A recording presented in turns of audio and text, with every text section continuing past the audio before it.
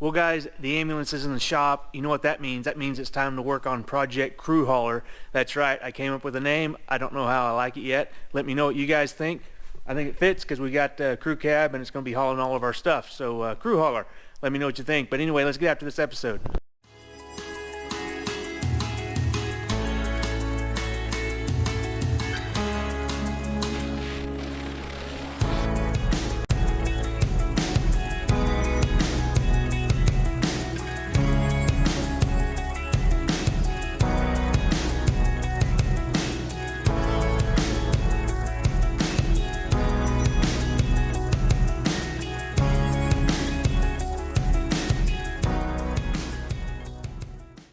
Hey guys, welcome back to the channel and a new video on our 72 crew cab special here. And this is actually going to be a video series. I'm going to call it the Crew Hauler series. This will be the first episode on that.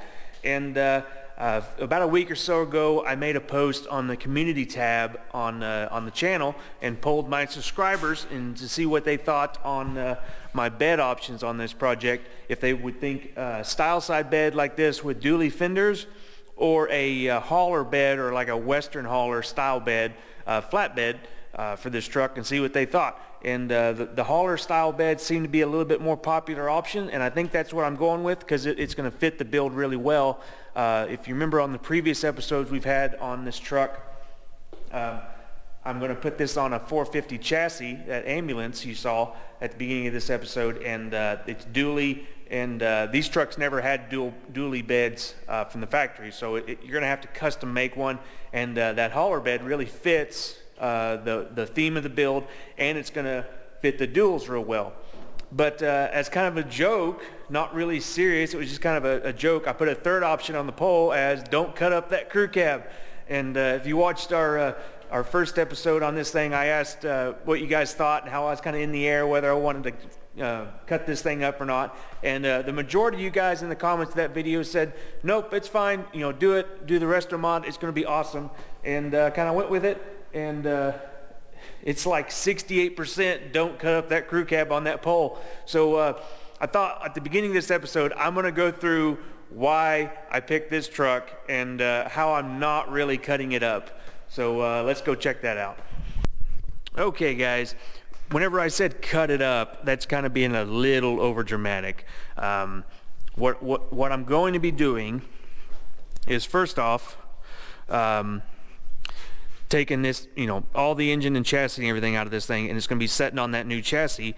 And to make that 6.7 power stroke work, I'm going to have to cut the firewall out below this, so it'll have this cowl right here.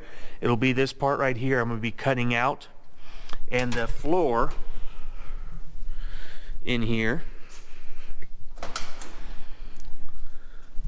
to about here where the splice starts for the rear cab. I'm going to cut the floor here, and the floor and the firewall here will be Power Stroke Super Duty, and it'll have the Super Duty dash because that 6.7 is going to need the gauge cluster and all those modules in there for that thing to run right.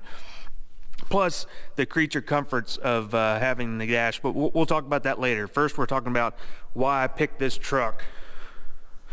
So that's the things we're going to be cutting up, you know, like I said, out of this truck. So it's not like I'm not stretching the cab like some guys do to match the Super Duty crew cab length.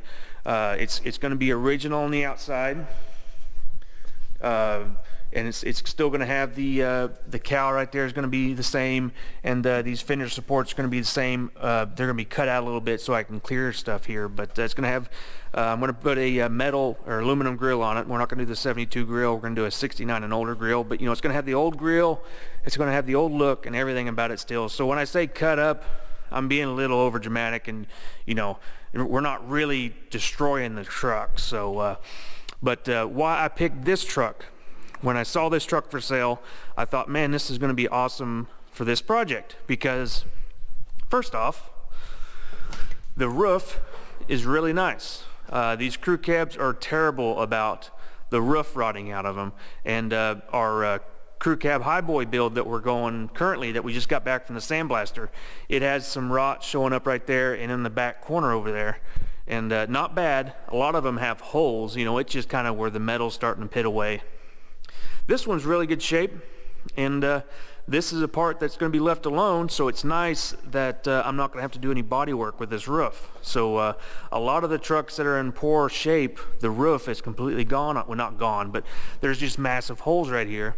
And this one's in really good shape, so that's gonna really reduce the amount of body work that's gonna have to be done in rust repair. And one thing, I'm gonna need a hood. This one's rotten out, so this is a bad thing for this truck because I'm gonna need a hood, but hoods are easy to replace and easy to find. So, you know, that wasn't a big deal. You know, the fenders are rotted out of it, but you know, they're like all rotted out of these bump side trucks. So that's not a big deal. And the doors, the rear door has rust in it, but it's not terrible. And obviously, you know, I need rear doors because these things are not easy to find. But the inside's real good, and the back right here, this is in real good shape, and I have all the trim pieces and everything. And my plans for the back seat is it's going to be the same floor when I'm not going to cut the floor out, so it's still going to have the bump side floor. And the seat, I think I'm going to put like an extended cab F-150 seat, so it's a little bit shorter and easy to get in and out of, because this is actually pretty hard to get in and out of even with the factory bench. So be a little bit newer seat, but the floor and everything is going to be the same. And the front doors, they're this one's not bad. The other one, I think I'm going to try to replace the other one, but you know, there's rust in the doors and there's rust right here. I'm going to have to fix this because this is all staying right here. All of this is going to be same bump side. It's just in here in the floor. I'm going to cut right here, and all of this will be the Power Stroke stuff. So even this right here, I'm going to try to keep the door sill, the trim plates right here. They're trying to keep that as bump side. So the dash and everything, this is all going to come out obviously. And this is the hardest part for me because I really do like these old dashes. But since we're in here, this is going to be our truck where we take on trips. It goes across the country. My family's going to be in it. And first and foremost, I want safety. So I'm going to have working airbags in this truck versus just having a padded dash that is not going to be that great in a wreck. If we ever, God forbid, we ever have a wreck, we're going to have airbags in here and good seat belts and stuff like that, and a good modern frame that has crumple zones and all that stuff. So the modern dash is not just for aesthetics, it's also for driver comfort, safety, and the rest. So we're going to have, you know, nice air conditioner, nice radio, nice heater, heated and cooled seats if I can make that work, and you know, nice dash. It has all this you know, stuff, modern amenities that people like, you know, like how many miles to empty, all of that jazz. So it's gonna be tough to cut out this dash, but the replacement's gonna be much nicer for the truck, considering, you know, we're gonna be driving 12, 13, 14, 15 hours at a time in this thing. So not at a time, but you know, during a day. So having a more modern interior that has all the creature comforts we're used to is going to be nice and make that more enjoyable. So next thing I could say, the there's rust in the core support, or not the core, the fender supports here. This, you know, like completely stick your finger through it on both sides. And here's the other side. It's all rotten out right there. There's a core support that goes under the floor of the cab. There's rot in that. It's real bad. Those things are real bad about rotting out. But it's like a box that goes out. It's rotten out. Would have to be replaced. The cab mounts in here are starting to rot out and would need to be replaced. And just, you know, stuff like that, where if you're going to keep this thing the way it is, all of that stuff would have to be cut out and replaced. So really you're cutting it up more to fix it the way it is. So it just just what I'm doing to fix this truck and get it back on the road, because right now it's not on the road. It hasn't been on the road since 1994. So what I'm doing is I'm going to restore the whole thing, get it on the road with some modern upgrades. So when I say cut it up, like I said, I'm being a little bit over dramatic, but let's get this ambulance in the shop, and we'll start stripping it down and working on it.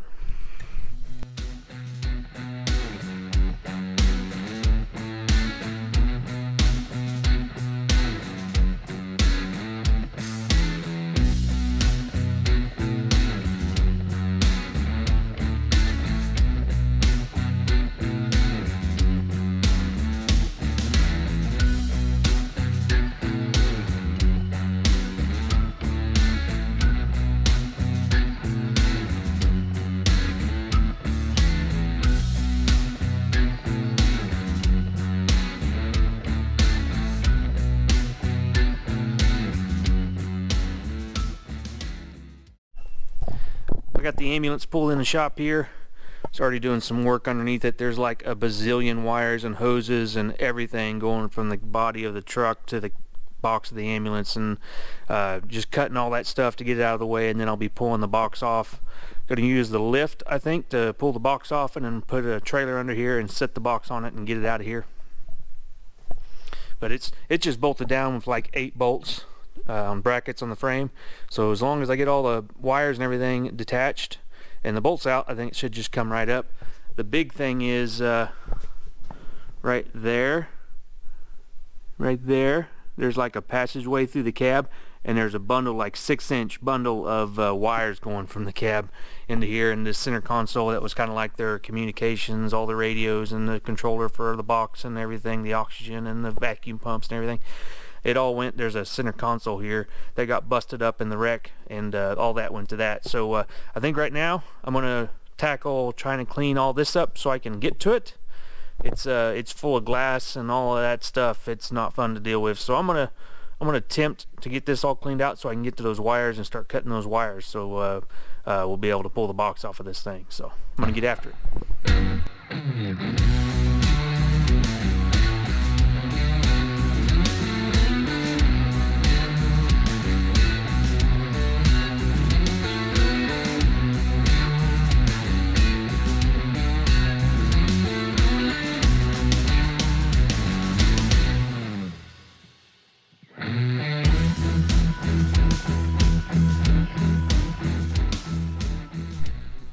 Give you a little idea of what I'm dealing with here.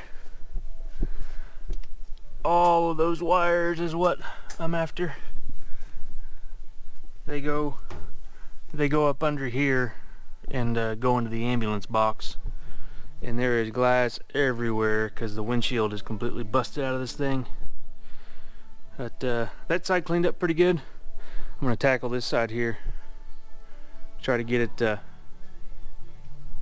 it cleaned up. Funny thing, this ambulance has 283,413 miles on it, or that's when the last time they changed the oil, and 29,000 hours. And I did look in the gauge cluster. That's what it is, 29,000 hours on this thing. So she had lots of idle time, and it's 2011, and it's been wrecked since I think 2015 or 16. So it put a lot of miles in a lot of time, or a short amount of time. But it has a new engine in it, only got 5,000 miles or so ish on it, and the transmission does have a remanufactured tag on it, so the transmission's been replaced before. So you know, the drivetrain at least doesn't have that many miles on it, but the body does. And I'm going to be changing, I hope to change the whole dash out to a lariat dash, and I want to reset the miles, but I don't know if we can do that. I don't know, I'll have to see. But so far it's going good. I'm gonna try to get all this glass cleaned up. That's why I'm wearing gloves, because that stuff is like sharp, you know, broken glass, who would have thought. Gonna get all this cleaned out, and then see if I can get these wires sorted out. You can see, yeah, it's kind of, this is bulged out because it laid over on the side here. This is all bulged out, but that thing right there is where all the wires pass through. So get after it.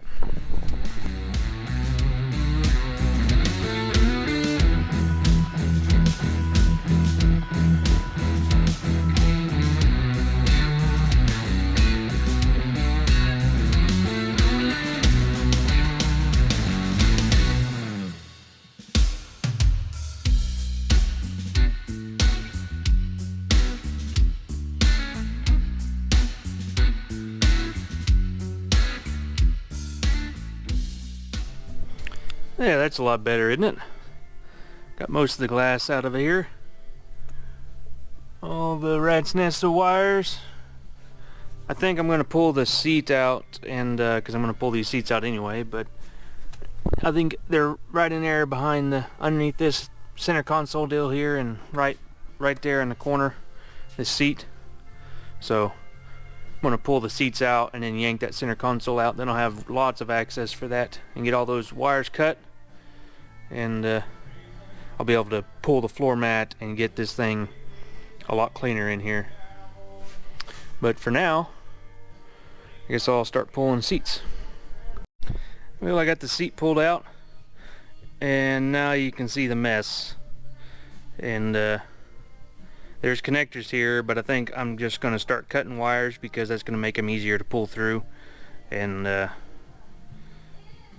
hate to waste all this wire, but I don't know what else to do. It's going you'd spend the whole year trying to pull all these individual wires out to save them. But I'm going to cut them and move on from there. So get after it.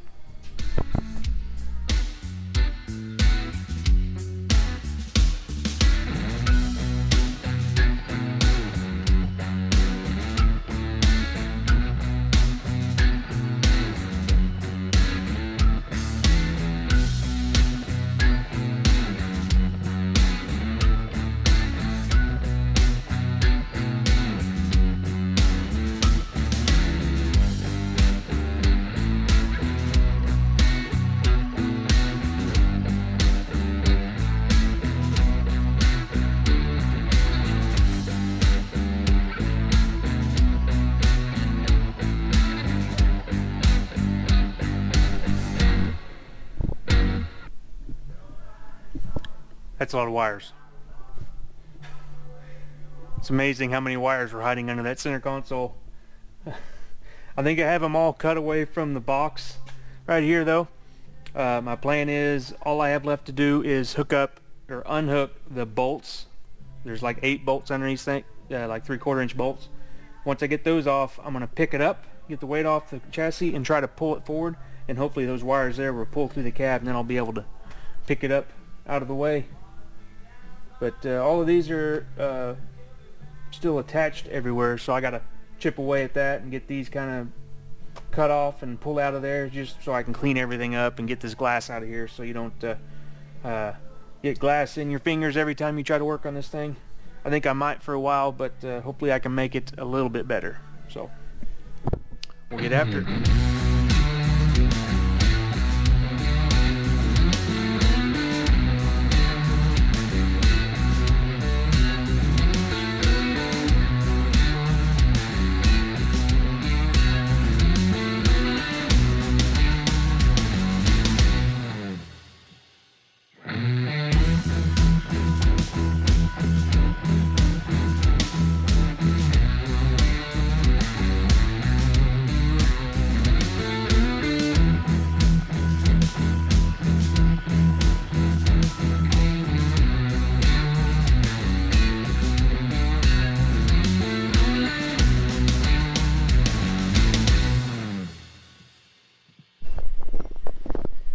Well, I got the box ready to come off. There was 8 bolts underneath there, 3/4 inch, not 3/4 inch there, like 5/8 grade 8 bolts I had to get out. Had to use the Sawzall on one of them. One of them you couldn't get to with the impact gun, so I had to cut one of them off. But I got them all out, and let's see if we can pick this thing up and see how many wires I didn't find to cut. So we'll see what happens.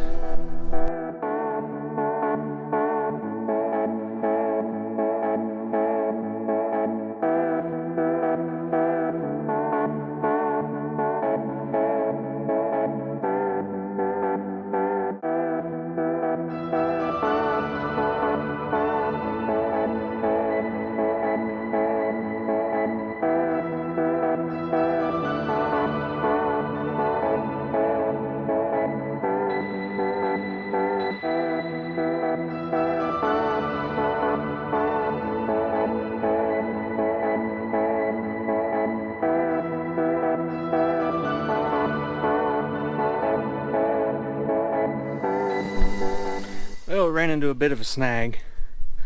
that bundle of wires right there that I was hoping that would just pull through once we get the cab picked up, or the box. It's like super epoxied in there. There's like a bunch of rubber stuff they did in here to seal this off, so I'm gonna have to do something about that. So I'll see what I come up with, and then we'll meet back here. There, all I had to do here was cut away this stuff here and cut some of the wires out, and it seems to be coming out, so let's see if we can pick it up.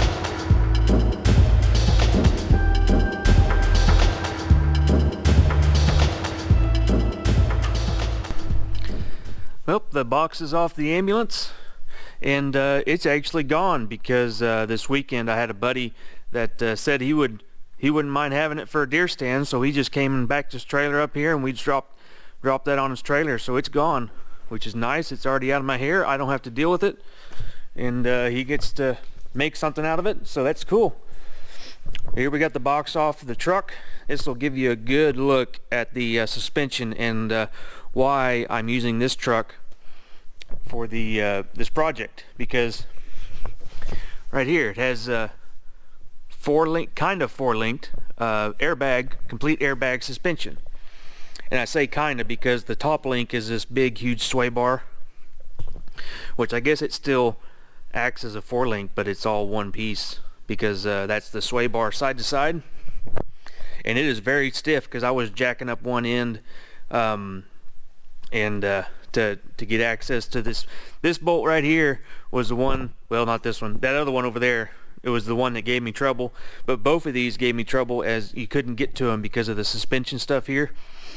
And I was jacking the truck up to get more room right here to get the impact gun under there, and you would jack one side up and it would start picking the whole thing up instead of just twisting it. So it was that sway bar is awful stiff, which will be really nice because our truck camper that we usually take on trips and everything, it's very top heavy, and will, you hit a pothole or something, your truck will rock back and forth. So having this really stiff sway bar is really going to help that out.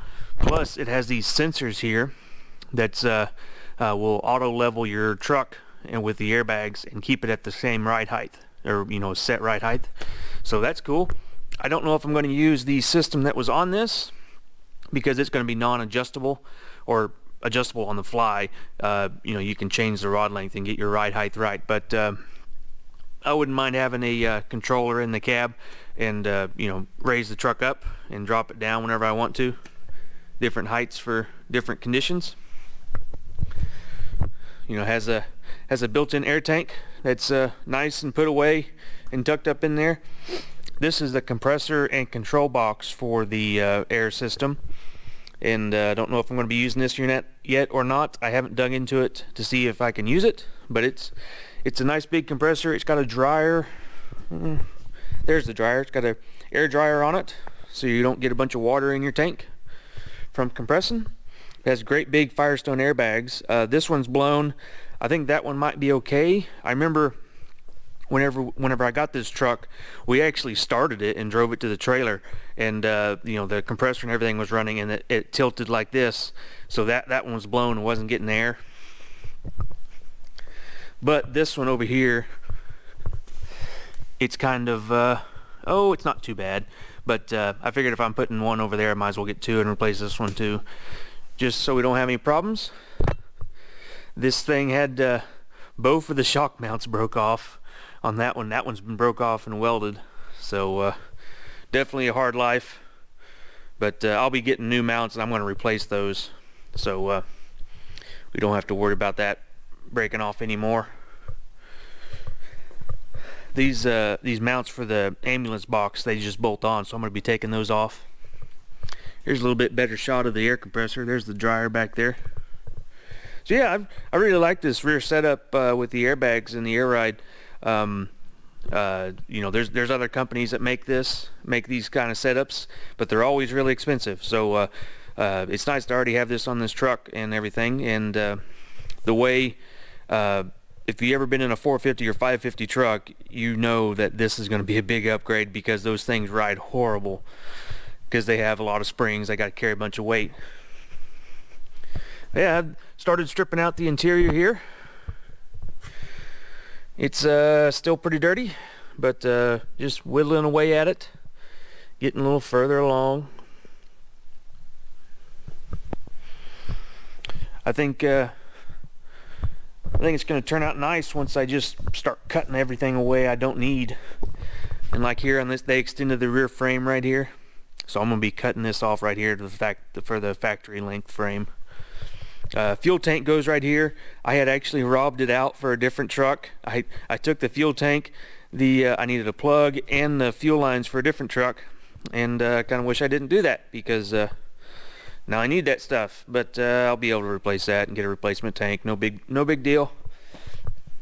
And another thing, I think I'm going to try to get this thing running, because I want to know if there's any problems before I start building it, because I'm going to have the engine out, and I guess I'll show you why I have to have the engine out. But I'm going to have the engine out, and if there's any problems, I want to do that, take care of all that while the engine's out. The reason I have to get the engine out is because the frame rails are bent. So they're bent this way, because this thing had a front impact pretty hard. There's a video out there. I'm going to see if I can find it and see if I can put it in here. And if not, I'll see if I can find at least a still frame or something to put there. But it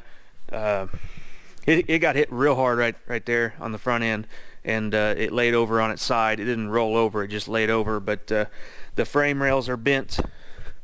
There's a section right here in front of the coil springs where it's supposed to collapse, and it collapsed and bent over. But that whole front section is replaceable. It's riveted together right here. I'm gonna replace this whole front section, because it's just, trying to straighten that out and get it right is gonna be pretty hard. So, and I have a buddy that parts out these trucks, and he has all kinds of frames, because frames aren't really in high demand, and he's just gonna cut me one in half and give me the front end. So I'm gonna be pulling the engine and transmission out of this and replacing that front frame section. But I want to try to get it running, like I said, so if there's anything wrong with it, I'll know. So we'll just have to put some batteries in here. The transmission cooler lines are broke, and it pumped all the transmission fluid out last time we drove it right here.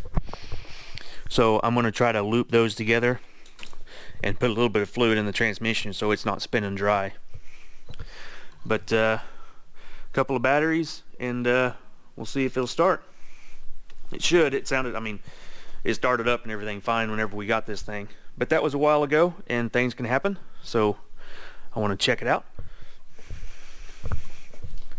Well guys, I think that just about does it for this episode. Thanks for watching. I'm really excited for this project. It's going to be awesome. Project Crew Hauler. Let me know in the comments below what you think about that name. If you have a better one, let me know, and we might change it. I don't know. But Crew Hauler seems to be fit the project pretty good. And next time we see this thing, we'll be trying to start it, and hopefully it runs, and hopefully it still starts and everything. It's been a while since we started it, but if you want to see that, hit that subscribe button, hit the like button, thumbs up, everything. Notification bell really helps the channel out, guys. Until next time, thanks for watching.